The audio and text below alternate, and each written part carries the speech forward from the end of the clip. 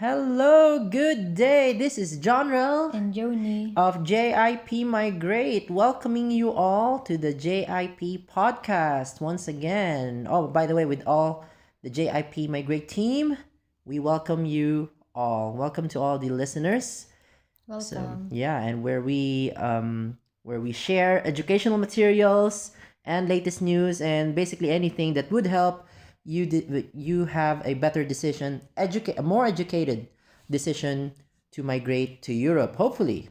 All right, so this is gonna be the purpose of our podcast. We try to make it more often, and yeah, we're trying our best. Okay, as much as we have time.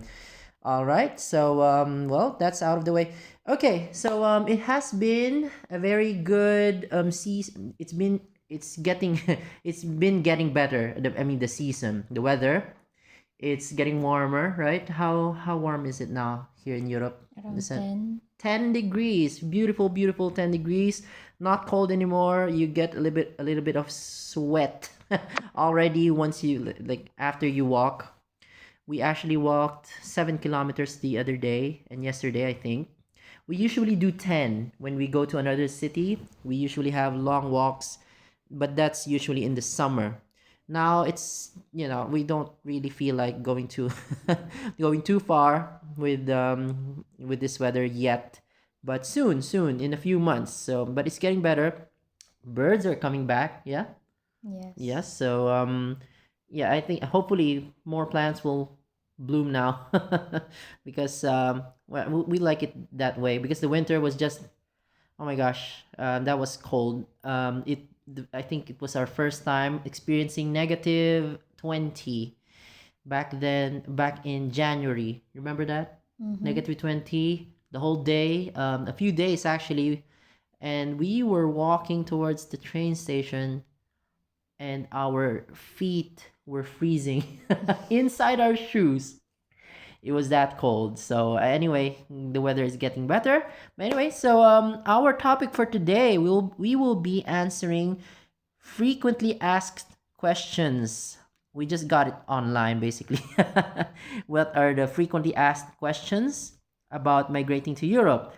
And we found the questions quite interesting. So yeah, it will be very interesting to answer it, and hopefully that will help you guys have an educated decision towards migrating to Europe if you are ready, of course. All right. So yeah, what do we have there? What are you showing right now? Mm-hmm. Let's show this video. Are you a skilled professional aspiring to relocate to Europe? JIP Migrate facilitates this transition. Leveraging our team's awesome expertise, we ensure your legal migration to Europe, granting you the opportunity to explore professional avenues while residing with you and your family. Additionally, we paved the way for potential citizenship in the far future. So want to migrate to Europe? Contact JIP Migrate. We enable possibilities for those who are ready to move. And there you go, a video from our sponsor, sponsor of this podcast as well. That was JIP Migrate team, delivering to you our migration program offers. If you are interested to migrate to Europe in a legal way where you can stay where you can stay almost like forever, that's what we can help you with. All right, so yeah, contact JIP Migrate if you are interested in that. So now let's get into the topic of yeah, where we answer the frequently asked questions. This might not be a very long video, but nevertheless very important for us to answer these questions. Okay, what questions do we have there? Let's start right away. First question: what visa do I need to move to Europe? So yes, very important question. What visa do I need to move to Europe? Well, that's a very broad question which has many answers because it really depends on what your purpose is. That's what you have to really think about firstly. What will be your purpose? Are you going to set up a business in Europe? Are you going to study in Europe, or are you going to invest in some way, for example, in real estate or in an existing business or donations, these kind of things? We have programs for that. So each purpose would have very big effects on how long or what kind of visa you would have, how long the visa, what kind, would you bring your family, these kind of things. So let me just give you an example. All right, for example, us, mostly the kind of clients we serve now are investors. All right, so they would come in, they're mostly wealthy individuals who want to preserve their wealth and would want to come to Europe because they basically want to enjoy their wealth in a much better environment. Okay, so what we would recommend to them usually is go for the golden visa. All right, where they invest in a real estate property most of the time, for example in France. Okay, then we would help them with a property, they would buy it, and the government would honor their purchase for as a basis for their residency. So that's one big way for them and their family to come to France, for example, and stay there. But they do not only have to stay in France, because they can always go to other countries if they want. Another day they want to go to Norway, no problem, because as you know, the European Union has no borders, Schengen zone basically. So if you live in France, you can actually live anywhere in Europe. You don't have to stay in one country. So more of that later on, but maybe another example of what visa can you take. All right, in as an answer to the question. Is one of the one good way also is tax residency. What does that mean? We have this program in Switzerland, all right, where wealthy individuals would just have to pay bulk tax for the whole year.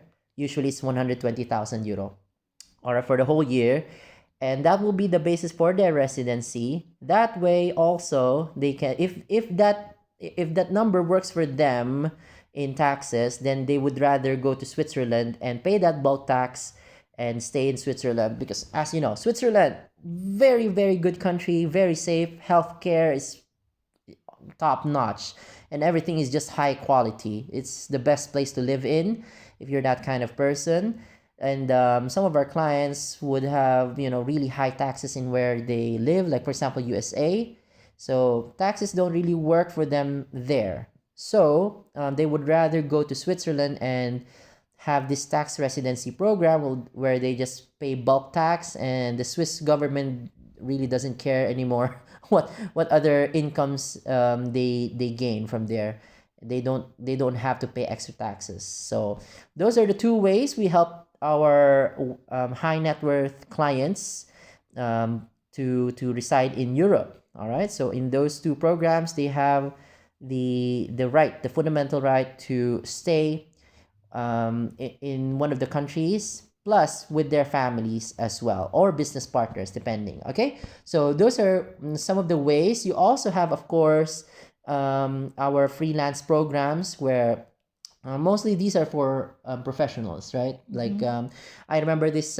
We have this client. He's an electrician. Let's just say electrician, and he wants to do freelance contracts in Europe. We set him up with a company with a certain freelance visa, and yeah, now he's getting contracts through his company. So that can be a way too. So yeah, that those are the some examples of what kind of visas you can get to actually reside in Europe. If that applies to you, then good. If not, if you're not sure yet, you can always give us a call and have our team assess your situation and recommend what would be the best for you. So there you go. I think that was a very long answer for a very short question. Let's go to the second one. What do we have? How do I find accommodation in Europe? Wow, how do I find? All right. So this is what we help our clients with as well, because accommodation is very important. Before they moved, everything has to be planned, especially accommodation. Well, it's actually very easy. There are lots of properties around. As I've told you, in the golden visas, of course, they don't really have to find accommodation. They can just live on whatever property, right? They buy, Bye. right?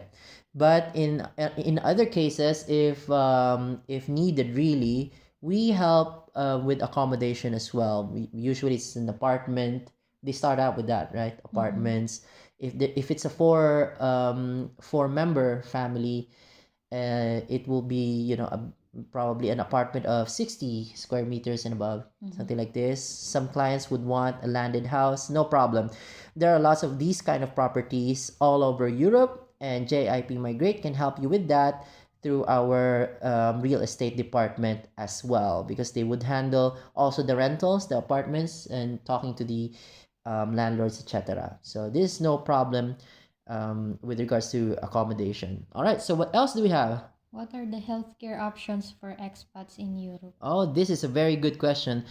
Healthcare generally in Europe is very good, the best in the world, the best, I guess, because there are several countries.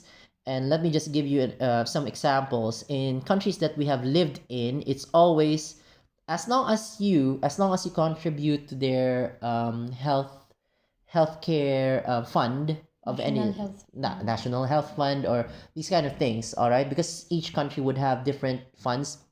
As long as you contribute to that, then you are entitled mostly for free medical care.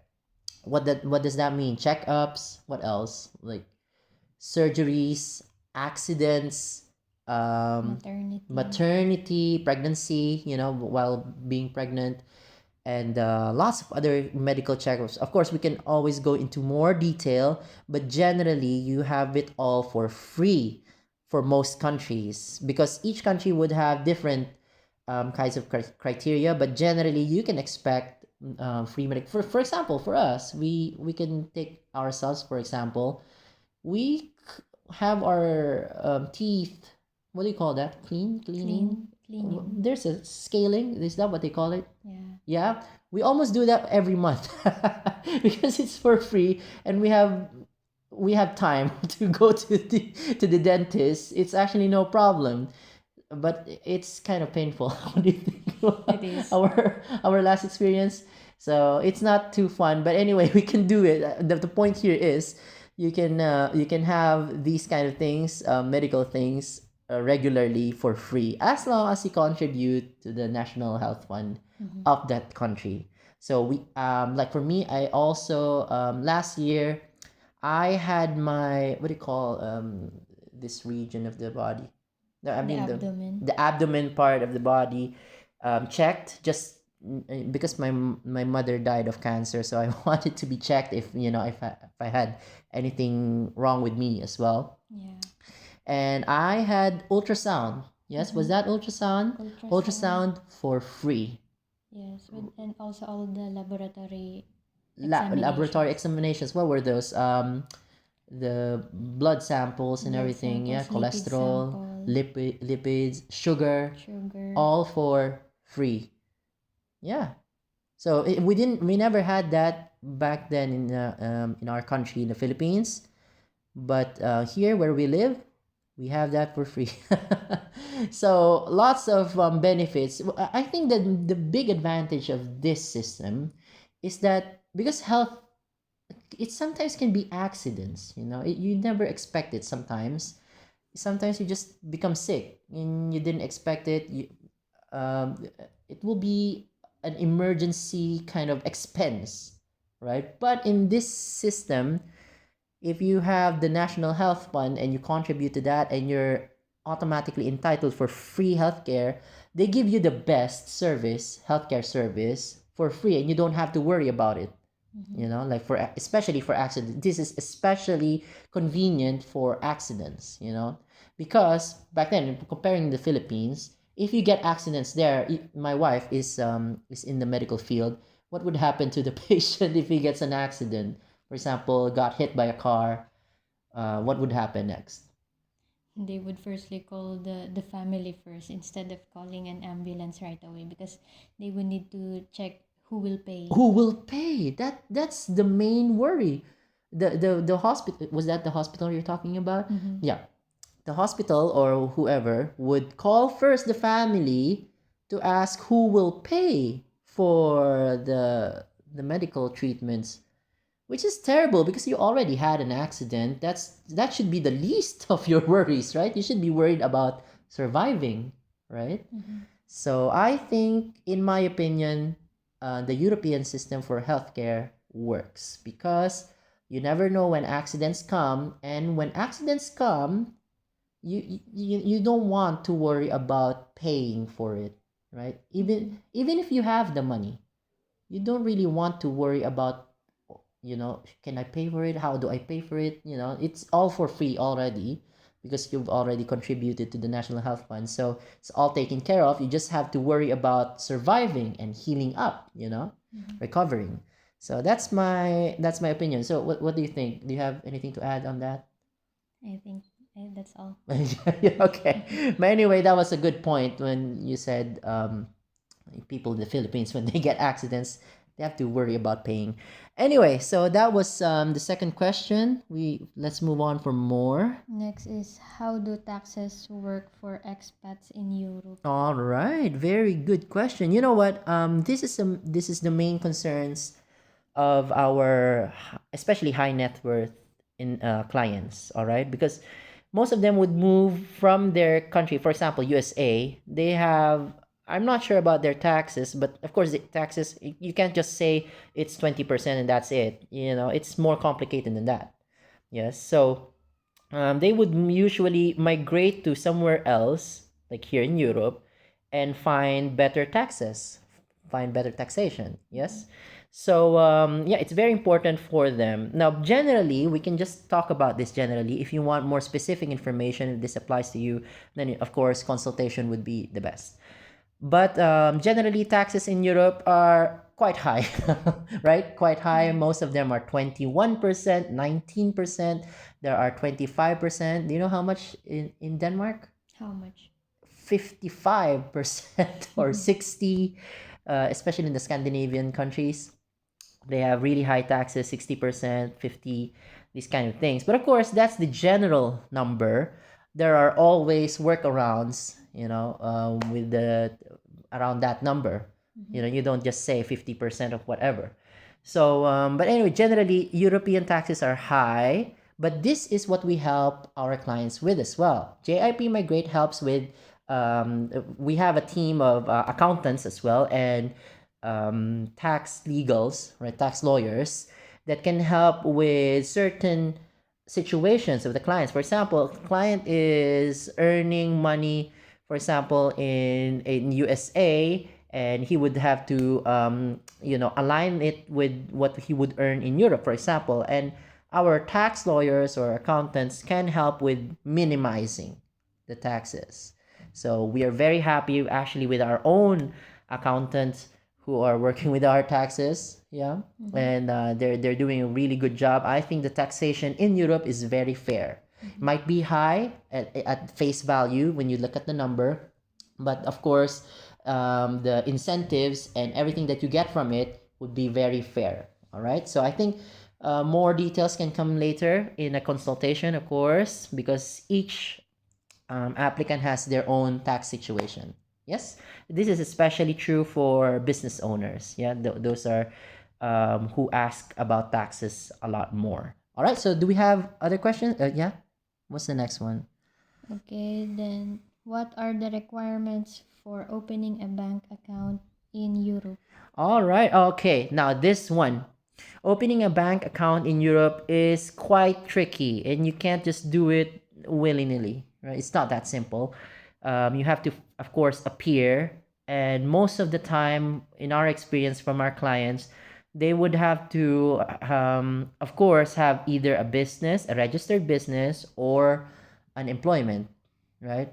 Otherwise, if you're a tourist, basically you can't open a bank, right? And some of our last time our student applicants had a little bit more difficult time opening a bank, but until they got a job, then they did, right? Was Yes. that correct? But yeah, some of our students did get their own banks, no problem.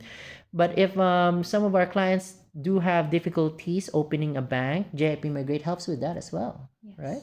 With our legal team, they're really good at we're very proud of our team, and we can say it will be no problem for them to represent you to the banks to legally help you open either a personal bank or a business bank, or corporation bank.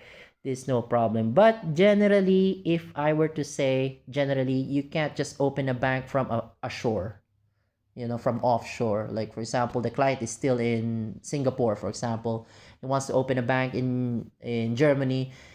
That's almost impossible. You really have to either be represented by one of our attorneys or appear to the bank yourself and talk to them. Yeah. Yes. So that's the general rule. So maybe let's do one more question. There are actually 15 questions, yes. But Probably let's just continue this in our next podcast. podcast. Let's do one last one. Yeah, and then we can save the others for next time. Is it necessary to learn the local language when moving to Europe? Oh, all right. So what do you think? Is it necessary to learn the local language?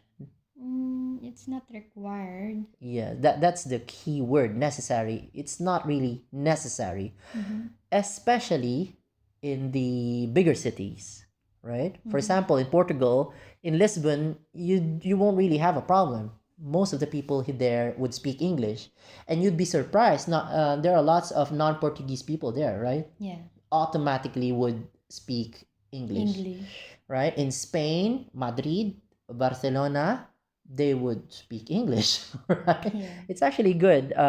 Even in Hungary, for example, Budapest. Oh, we love that city. Yeah. What do you think? Anywhere there, people speaks in English. Almost, I would say anyone, everywhere. Yeah, and there are lots of expats there, which is why it's I think it encourages the city to speak a lot more English. Yes. But where we live, for example, we prefer living in faraway places. Like besides the river, the forests where not much people are. So yeah, we do some of the people, most of the people, like 99% won't really speak English. And we really had to learn the language. But that's us, I mean, that's our preference, and that actually would give us more motivation to learn the language. It is a very big advantage if you are especially doing business in a foreign place here in Europe. Learning the language would be a very big advantage, but it's not really necessary. Yes. So you can actually live your life as an expat, especially in the bigger cities, not learning too much of the language. Of course, I don't want to discourage you by on learning it. You would want to learn it, but it's not necessary. So it should not be a reason for you to stop your application. So, and anyway, it's once you're here, it's very easy to have a teacher, and learn the language anyway, right? Yes. So yeah, and there are countries in Europe, especially like, for example, Germany, Norway, Sweden. Everyone would speak English regardless, right? Anywhere in their country. So I think, yeah, that's it. That's our last question for today. Yeah. Yes. Yeah, there are lots more, but we can try to do it next time in our next podcast. So I hope those questions and the answers that we gave you helped you have a more educated decision if you are going to decide, to migrate to Europe. And if you do, and if you are ready, you can of course contact us, and our team would definitely help you with your transition from your country to Europe. Of course, these are the questions that we have answered are very, very crucial to a lot of our clients. So if these questions hit you in any way, you can let us know. We welcome any comments. Of course, this is an educational platform. We're trying to make it that way. So comments are very much welcome, as long as they are decent. Of course, criticisms are also welcome as long as they are constructive. We do not encourage any, criminal thing. Okay, let's just say it that way. All right. So yeah, anything to say, Joni, before we go? I think that's all. I think that's all. All right. Want to migrate to Europe? Contact JIP Migrate. We enable possibilities for those who are ready to move. Thank you so much, and see you in the next podcast.